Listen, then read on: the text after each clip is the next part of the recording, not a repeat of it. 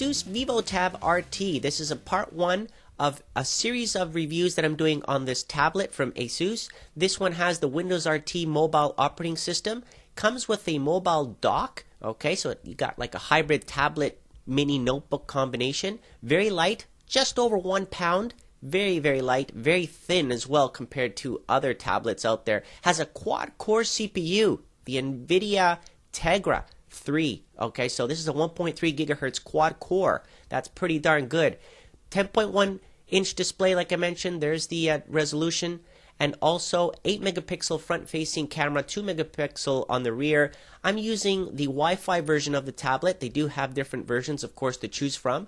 And it does have all the jacks that you would require, such as if you wanted to insert a micro SD card, you got it. If you want to plug in your USB drive, you've got it. Audio jacks, you know, controls for the speakers, which it comes with a nice quad speakers. Very nice sound on those, by the way. I'll take a look at that more in depth. But here it has also not just the built-in battery, which is about 9 hours, but with the dock, you get another 6 hours on top of that. So that's terrific time there. You can take this and not worry about it dying on you. Now in the box, we're going to look at what it comes with. Nice adapter. It's funny that they made the adapter a glossy finish, while the tablet itself has a nice aluminum metallic brushed finish compared to this shiny connectors, which you can see fingerprints on. I'm not a fan of shiny, glossy stuff if you're going to get fingerprints all over the place. But that's what this looks like, and that's a little adapter, by the way, for the USB, so you can plug in your USB to the tablet. And of course, you've got here the manuals. So that's pretty much it for that. So you've got those to recharge and your USB. Now, in the mobile dock, you also have a USB connector right in there as well. And it's a very compact dock, obviously small, so the keys are a little bit smaller. It's a little bit harder for me to get used to, obviously, from using the larger keyboards, but we'll look at that in a moment. The combination of this clamshell notebook type of thing is not too bad. It's responsive. You know, the trackpad is pretty good. Not necessarily the best. I've seen better, but the performance is something that I'm going to look at here in part 2 of the review, so you guys can get a sense on how fast this thing is, how smooth it is, how responsive it is. But just taking a good look at how thin, you know, the looks of it. It does have good style. I got to tell you that. Good style on that. There's the 8 megapixel front-facing camera that I talked about with a little flash on it, so that's pretty good.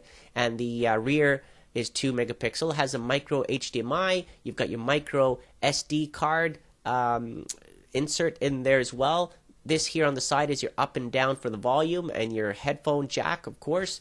And this little latch there, that's the hinge to basically detach itself from the dock. Okay, I really have mixed feelings about this latch and how it operates, to be honest. It works, but that's a little bit clumsy for me. So not too happy on that design.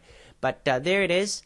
And basically the tablet itself is what you would expect from a tablet, I guess. It's nice finish there, easy to read. The screen is very nice and bright, I can tell you that much. Setting it up for the first time was very easy and straightforward. The response on the touch is pretty good. Again, I have mixed feelings on that, but it could be part of the operating system, not necessarily tablet, and we'll take a look at that more in depth in part 2. Here it is loading into Windows RT. Okay, takes about 30 seconds, by the way, from boot to this screen, which is actually pretty good. And, you know, now getting familiar with Windows RT is a different story. I made videos on how Windows 8 operates, and obviously there's a lot of Windows 8 that is here that is familiar if you looked at this. But remember, this is a toned-down basic version of Windows 8 with a lot of missing features because it's supposed to be simpler, easier to use, and for mobile tablet use, not a full operating system for file management, and all the different features that you would expect from Windows 8 are not necessarily here. But it does come with Office, the Home Student Edition, the latest one, so that's very nice for Asus to include that in there. Here is an example of the desktop, obviously accessing the task manager. So you can see here the CPU running on idle. So when it's on idle, it's not using as much energy and it's running at half of the CPU power, for example, and the cores are basically on idle, just there waiting. So that's pretty nice. And again, like I said, on part 2, we're going to do benchmarks on this little baby, and I'll tell you more on how well it performs. Comment below, let me know what you think. And if you're interested in buying it, I'll add the link below, by the way. I'd like to thank Microsoft for providing it. Hope you enjoyed this video, and please watch part 2. Thank you.